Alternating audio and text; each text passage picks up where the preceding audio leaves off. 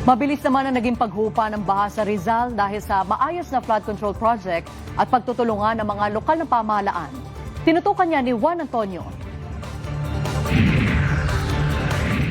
Madadaanan na ang mga pangunahing kalsada sa Cainta, Rizal matapos tumaas ang tubig dahil sa magdamagang ulan dala ng habagat. Sa Village East sa Barangay Santo Domingo, mabilis humupa ang baha dahil sa pumping station na nilagay ng homeowners sa kanilang lugar. Naging mabilis rin ang paghupa ng Cainta River matapos ang isinagawang dredging at paglilinis ng local government unit. Sa San Mateo naman, nagsagawa ng road and flood monitoring sa mga apektadong kalsada para malaman ang kasalukuyang sitwasyon ng baha sa bayan. Makikita pa ang ilang residente na sumusubok makatawid sa baha kasabay ng pabugso-bugsong buhos ng ulan. Hagip rin sa video ng barangay kung paano nagtutulungan ang mga residente na maalis ang humarang na mga basura sa bahagi ng creek. Sa panayam ng D1 1206 kay Braulio Villanueva, head ng San Mateo MDRRMC, maaga raw sinimulan ang preemptive evacuation para masiguro ang kaligtasan ng mga residente.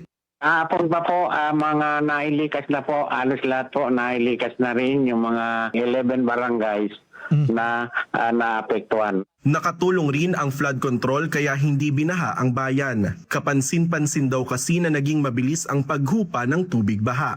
Nakatulong po ng gusto yun. At although meron din naman ilan-ilan na counting pinasok ng tubig, hanggang tuhod lang naman yung tubig na dumating, hindi tulad nung mga nakakaraan nung wala pa yung flood control nito. Ito po talagang mataas ang pinasok ng tubig.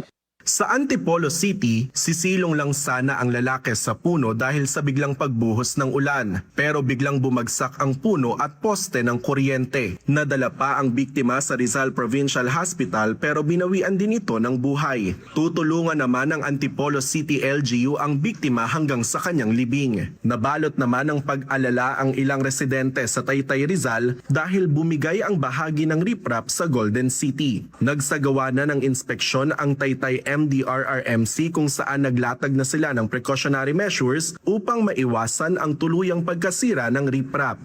Juan Antonio, IBC News.